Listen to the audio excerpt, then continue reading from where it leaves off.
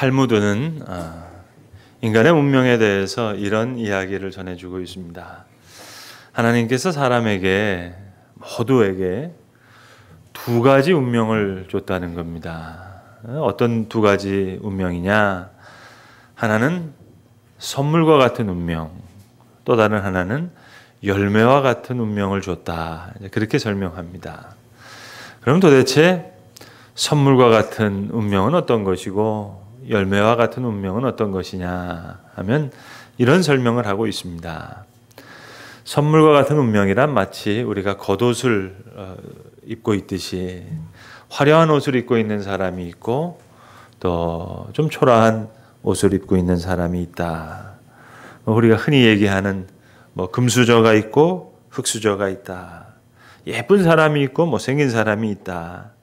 이건 선물과 같은 운명이라는 겁니다. 이건 어쩔 수 없는 거라는 겁니다. 그러나 진정한 또 다른 운명이 있는데 그것은 바로 열매와 같은 운명이라는 거죠.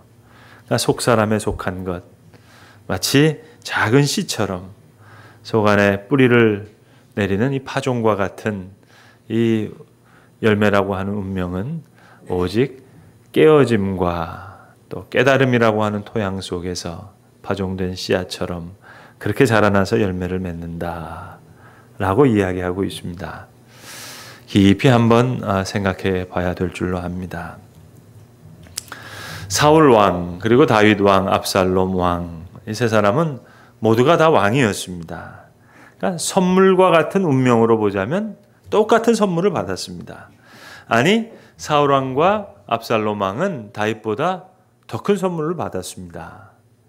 그러니까 사울 왕으로 본다면 성경은 그의 준수함을 이렇게 설명하고 있습니다. 이스라엘에서 그를 따라올 자가 없도다 했고요. 압살롬에 대해서는 성경은 말하기를 압살롬과 같은 아름다움으로 칭찬받는 자가 없었으니 정수리부터 발끝까지 흠이 없었다. 도대체 정수리부터 발끝까지는 뭡니까? 눈, 코, 입도 아니고 엄청난 선물 아닙니까? 그런데 운명은 선물에서 결정되는 것이 아닙니다. 이 사울 왕과 압살롬 왕은 열매라는 그런 운명에서 어찌 보면 철저하게 실패한 사람들이었습니다. 우리가 익히 잘 아는 성경 구절 하나가 있죠. 사람은 외모를 보나 하나님은 중심을 보신다. 여러분 그 말씀이 어느 대목에서 나오시는지 혹시 기억하시겠습니까? 예쁜 여자를 찾는 남자에게 주신 말씀이 아닙니다. 이 말씀은 사무엘상 16장에 다윗을 택하기 이전에 사무엘에게 주셨던 말씀이에요. 사무엘이 이새의 집에 갔는데 다윗의 큰형인 엘리압이 나오는 거예요. 너무 마음에 들었어요. 너무 잘생겼어요. 그래서 기름을 붓고 이제 이스라엘의 왕으로 삼고자 하는데 그때 하나님께서 사무엘에게 주시는 말씀입니다. 사무엘아, 사무엘아, 사람의 용모를 보지 마라. 내가 보는 것은 사람들과 같이 아니하노니 사람은 외모를 보나 나 여호와는 사람의 중심을 보느니라. 그러니까 1차적으로 얘기하면 이건 하나님께서 다윗을 생각하시면서 주셨던 말씀입니다. 그러니까 다윗이 너무 예쁜 거예요. 그 중심이 너무 예쁜 거예요. 우리가 이 말씀을 좀 너무 아전인수격으로 해석하는 분들이 있어요. 그러니까 사람들은 외모를 보지만 하나님 중심 보신다. 그러니까 하나님이 내 진심을 아시지.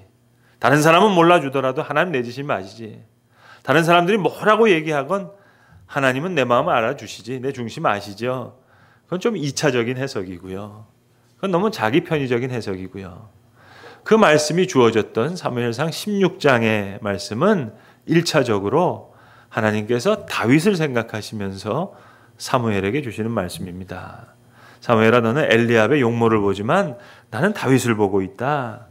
그 중심을 보고 있다. 그럼 여러분 우리가 다시 한번 생각해 봅시다. 도대체 다윗은 어떤 사람이었습니까? 하나님이 너무 사랑한 사람이었어요. 근데 그는 아시듯이 살인자였고 또 간음자였습니다. 보통 살인자가 아니죠. 아주 고단수 지능범이죠. 파렴치한 사람입니다. 그럼 오늘 시편은 부제에 나와 있듯이 압살롬이 반란을 일으켜서 그 반란에서 피난 갈 때 쓰여졌던 시편이다. 이렇게 부제가 밝히고 있습니다. 어찌 보면 다윗은 자식 농사도 좀 실패했어요. 사실 따지고 보면 그 암논이라고 하는 이복 형을 이 압살롬이 죽였을 때 사실 그때 아버지가 바로 잡았어야 되거든요. 그러니까 다윗이 아버지로서 잘못한 일도 있습니다. 그런데 하나님은 다윗을 너무 사랑하시는 거예요. 왜 그럴까요? 왜 하나님은 그토록 다윗을 사랑하셨단 말입니까? 다윗을 결정지었던 것은 선물과 같은 운명이 아니라 마치 열매와 같은 운명이었어요. 깨어짐과 깨달음을 통해서 그가 얻었던 열매와 같은 그 귀한 토양에서 자라났던 씨앗과 같은 그것이 그대로 지금 열매로 나타나는 겁니다. 잘 아시듯이 다윗은 목동 출신입니다. 그 목동이 왕이 됐어요. 그런데도 다윗은 그대로 목동입니다. 아니 목동이 아니라 엄밀히 얘기하면 목동이 지키던 그 양과 같은 모습으로 그렇게 하나님을 찬양하고 있습니다. 자, 왕이 됐습니다. 힘을 가졌습니다. 그런데 오히려 목동의 자세를 유지하는 거예요. 아니 목동이 지켰던 양처럼 그렇게 살아갑니다. 여러분 다윗은 뭐 명문대 출신이 아닙니다. 목동이에요. 그러나 그걸로 충분했습니다. 다윗이 어디 유학한 사람 아닙니다. 그러나 그 인생에서 꼭 필요한, 꼭 배워야 할 것들을 양을 칠 때 들판에서 다 배운 사람이었습니다. 그저 들판에서 양들이 풀을 뜯을 때 그는 돌팔매질을 하기도 하고 또 지팡이와 막대기로 양을 지켰습니다. 그런 목동. 어떤 천재가 아닙니다. 그러나 그 연약하고 미련한 양을 끌어안고 늘 노래를 불렀습니다.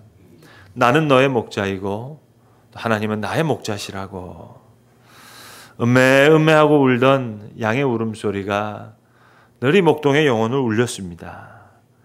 그래서 그는 그 양의 울음소리에서 영감을 많이 받았습니다.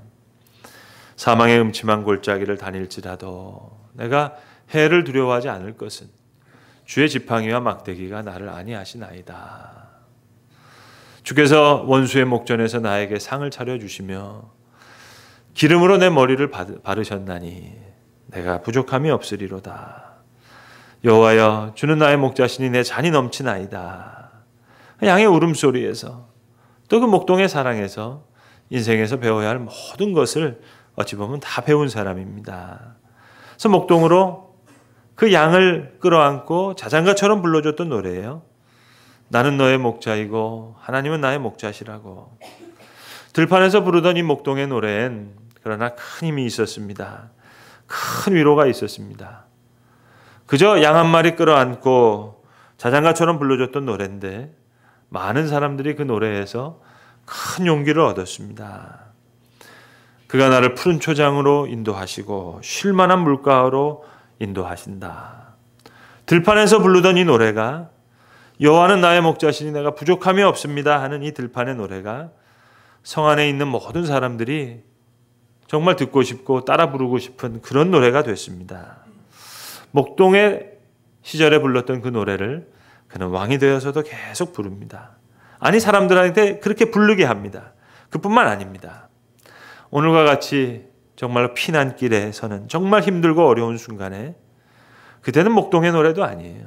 어찌 보면 음매하고 울던 양의 울음소리와 같은 노래를 부릅니다. 그러니까 다윗의 운명의 핵심은 선물과 같은 운명이 아니에요. 깨어짐과 깨달음의 토양 속에서 자라난 열매와 같은 운명. 이것을 하나님께서 너무 사랑하시는 거예요. 최근에 다키스트 아워라고 하는 영화가 개봉됐습니다. 윈스턴 처칠에 관련된 내용인데요. 저는 그 마지막 영화가 다 끝나고 자막이 올라오는데 그 마지막 자막에 쓰여졌던 그 글귀가 너무 감동적이었습니다.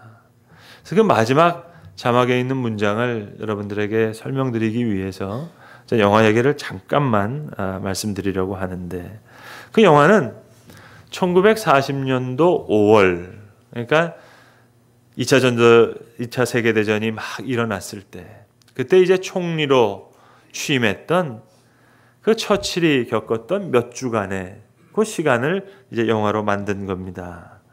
근데 그때 이제 처칠이 1940년 5월에 얼마 전에 또 영화가 나왔었죠. 그 덩케르크라고 하는 영화. 그 덩케르크 철수 작전을 성공시키는 그 당시의 리더십을 이 영화가 이제 보여주는 건데요. 그 영화의 마지막 장면은 이제 그 덩케르크 철수 작전을 이제 성공시키기 위해서 쫙 그 성공하는 장면으로 영화가 다 끝이 납니다. 근데 영화가 끝이 나고 이제 까만 자막에 올라오는 글은 이런 글이에요. 1940년부터 45년까지. 그러니까 40년에 처음 총리로 취임했을 때 처칠은 상당히 늙은 나이였습니다. 67세, 8세 정도 되는 나이였는데 5년 동안 총리로서 부임했을 때 영국을 잘 이끌었다는 거죠. 그래서 아주 총리로 성공적인 총리가 되었다. 그런데 5년 후에 다시 선거에 나왔을 때 그는 낙선하고 말았다. 그게 마지막 자막이에요. 그렇게 쭉 올라가고 나서 조금 있다가 그 다음에 맨 마지막에 처칠이 남겼던 명언이 다시 이어서 올라옵니다. 윈스턴 처칠이 한 말이에요. 성공이라는 것이 최종적인 게 아닙니다. Success is not final. 실패라는 것이 늘 치명적인 것만이 아닙니다. Failure is not fatal.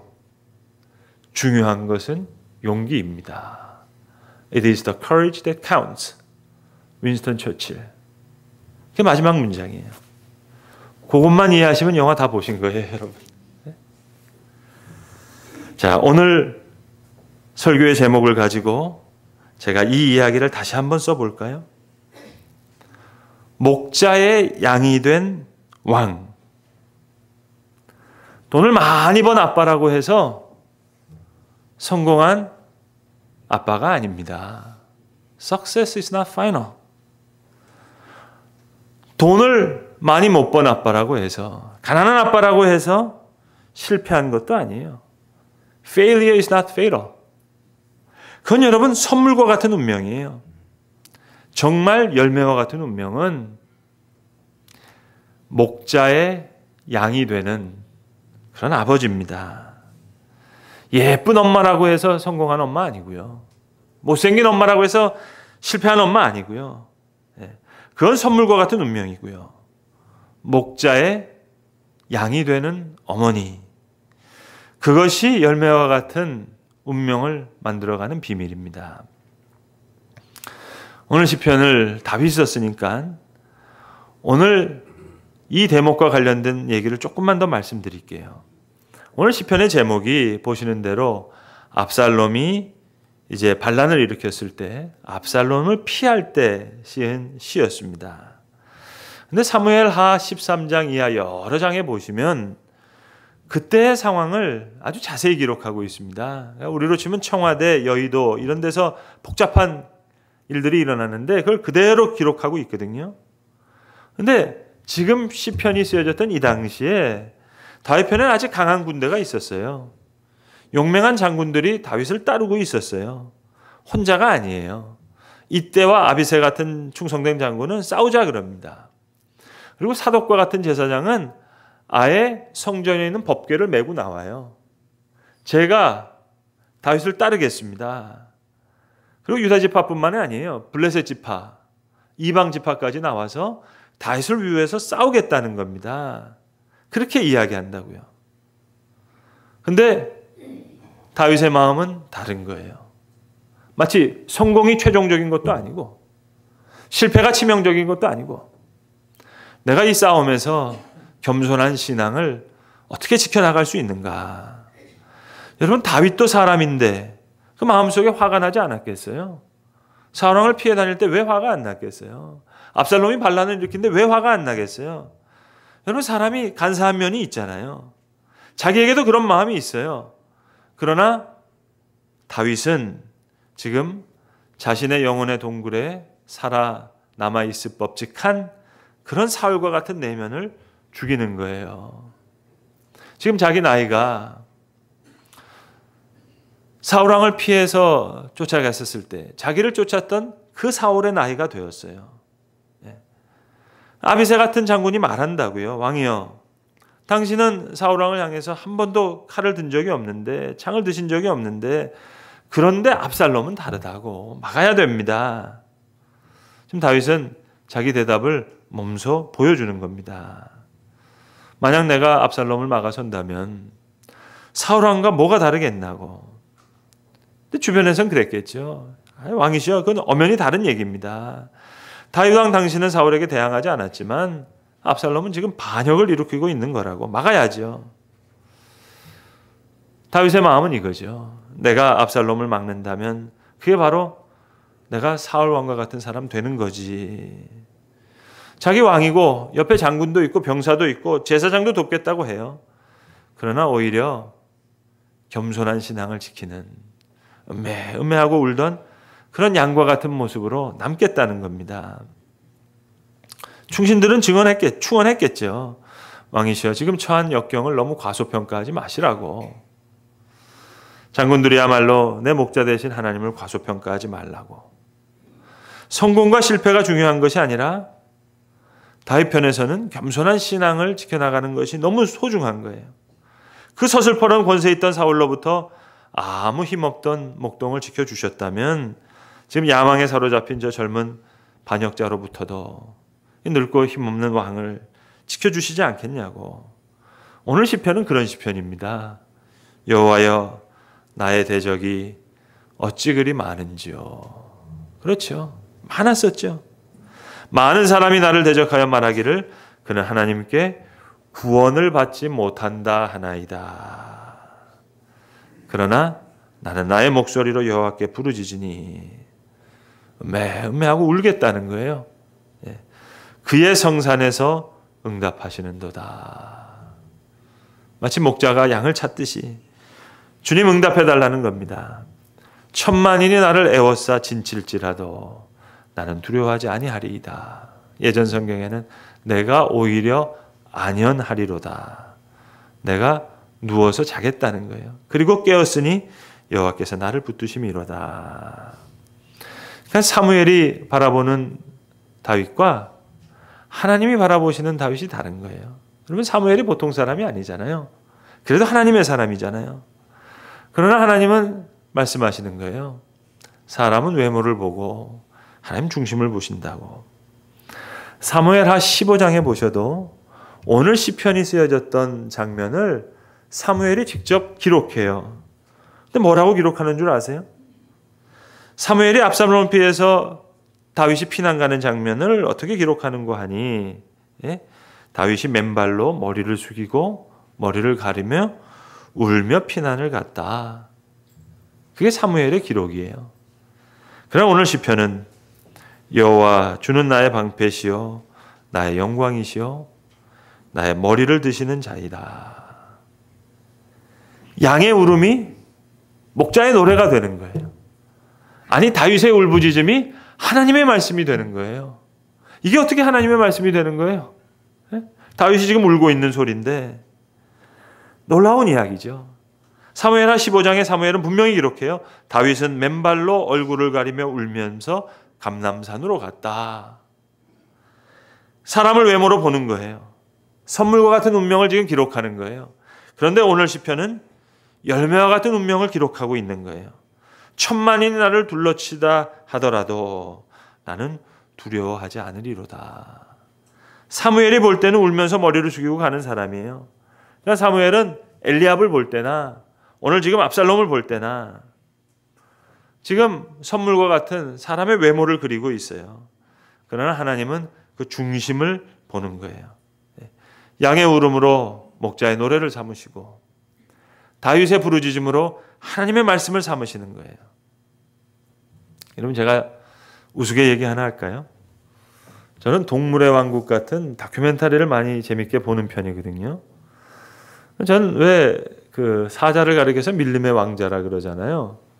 옛날 만화 영화 때문에 그랬는지 모르겠습니다만 아무튼 야 밀림의 왕자는 참 좋겠다 생각했거든요. 동물들이 다 자기 밥이잖아요. 이거 뷔페잖아요. 자기가 골라서 먹으면 되잖아요. 저 그렇게 생각했는데 야 사자만큼 참 좋은 동물이 어디 있을까. 밀림에 무서울 게 없으니까. 근데 다큐멘터리를 보니까는요. 야 사자만큼 불쌍한 동물이 없더라고요. 여러분. 사자가 저는 그냥 마음만 먹으면 사냥하면 그냥 다 사냥하는 줄 알았거든요. 보니까 한 10번 해서 한 번 성공하더라고요. 그리고 나중에 사자가 여러분 어떻게 죽는 줄 아세요? 굶어 죽습니다. 굶어 죽어. 수사자들 보셨어요? 싸움해가지고 막 여기 상처가 나고 그러니까 싸우고 나서 지면은 떠나야 되고 그래서 나중에 굶어 죽습니다. 그러니까 누가 사자를 밀림의 왕자라고 했지? 여러분 선물과 같은 운명이라는 것은요. 그런 거예요. 밀림의 왕자 사자예요. 그건 그렇게 중요한 게 아니에요. 사울왕 압살롬 왕 얼마나 잘생긴 왕인데 불행한 인생을 살잖아요. 다윗은 그걸 안 거예요. 어려서부터. 양이 가장 행복한 거예요. 그렇게 밀어날 수도 없고 정말 그렇게 연약할 수가 없는데 목자가 있는 거예요. 또랑에 빠지거나 골짜기를 헤매면 저는 목자의 지팡이가 이렇게 끝이 굽어져 있잖아요. 목을 걸어서 빼내는 거예요. 맹수가 오면 목동이 돌팔매질을 하고 그리고 막대기를 가지고 대신 싸워줘요. 또 어디 가서 뒤집혀서 음매하고 울고 있으면 양의 이름을 불러서 수를 센 후에 양이 부족하면 잃어버린 양을 찾아서 나가는 겁니다. 그리고 다시 일으켜 세우고 또 못 일어나는 양이 있으면 이걸 둘쳐매고 돌아와서 목자가 이 녀석을 자고 이 녀석을 지금 둘러안고 자장가를 불러주면서 재우는 거예요. 그러니까 깨어짐과 깨달음 속에 열매를 맺어가는 그런 운명. 거기서 결정되는 겁니다. 여러분 우리에게 필요한 것은 위대한 믿음이 아닙니다. 큰 하나님에 대한 작은 믿음이 필요할 뿐이에요. 겨자씨 같은 믿음이라도 충분하다. 예수님 친히 말씀해 주셨잖아요.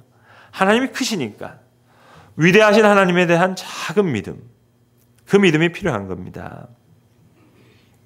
그런데 오늘도 우리는 선물과 같은 운명에 관심이 너무 많아요. 사회적으로나 개인적으로나 여러분 흙수저, 금수저 이제는 경제학에도요. 다른 단어가 하나 생겼어요. 그냥 자본주의가 아니에요. 세습 자본주의라고 경제학자가 부릅니다. 그러나 여러분 하나님을 믿으세요. 간단한 얘기 같지만 하나님을 믿어야죠. 근데 죄송하지만 예수 믿는 사람들도요. 선물에 너무 관심이 많아요. 선물로 한 해를 선물로 받았어요. 그럼 그걸로 충분해요. 이제 열매를 맺으면서 살아가면 되는 거예요. 근데 아들, 딸 뭐 결혼시킬 때 보면은요. 권사님, 뭐 장로님도 다 선물. 열매가 아니에요. 여러분 사울과 압살롬 선물로 치면 다윗보다 훨씬 큰 선물을 받은 사람이에요. 그러나 운명은 선물에서 결정되는 게 아닙니다. 열매로 결정됩니다. 하나님은 학교를 하나 가지고 계시다 그럽니다. 그것이 바로 깨어짐의 학교라는 작은 학교랍니다. 이 학교에는 작은 수의 사람이 입학해서 더 작은 수의 사람이 졸업을 한다고 합니다. 하나님이 이 학교를 가지고 계신 이유는 하나님은 소중한 그분의 일을 할 때 깨어짐의 비밀을 아는 또 깨달음의 비밀을 아는 사람을 사용하시기 때문이라는 겁니다. 깨어짐과 깨달음을 배우는 이 신성한 학교에는 그래서 학생 수가 적답니다.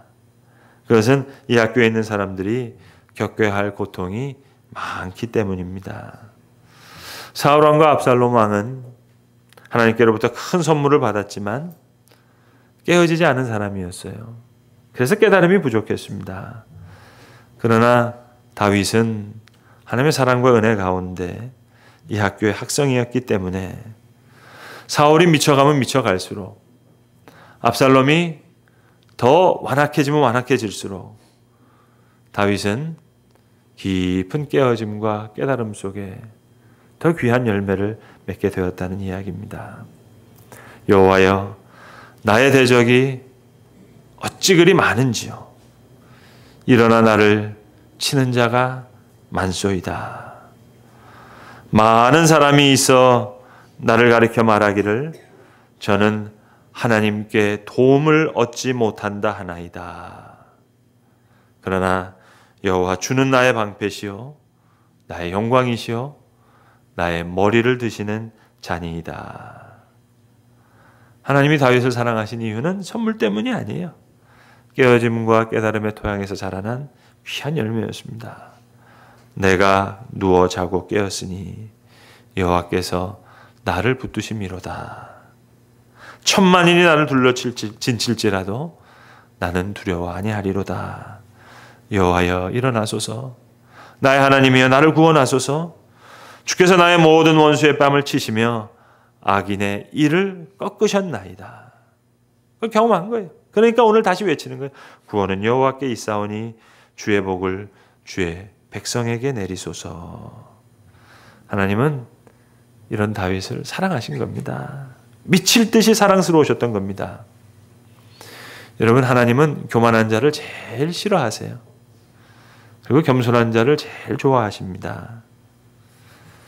여러분, 조금이라도 불만이 있다면 그 사람 교만한 사람이고요. 내가 지금 감사하고 있다면 그 사람이 겸손한 사람입니다. 겸손한 믿음을 간직했던 다윗. 피난의 길 속에서 가장 위대한 찬송의 작가가 되었고 그의 노래는 오늘도 많은 깨어진 심령들을 위한 가장 큰 위로가 되고 있는 것입니다. 기도하겠습니다. 아버지 하나님, 오늘 또 우리에게 이 귀한 한 해를 선물로 허락하여 주셨습니다.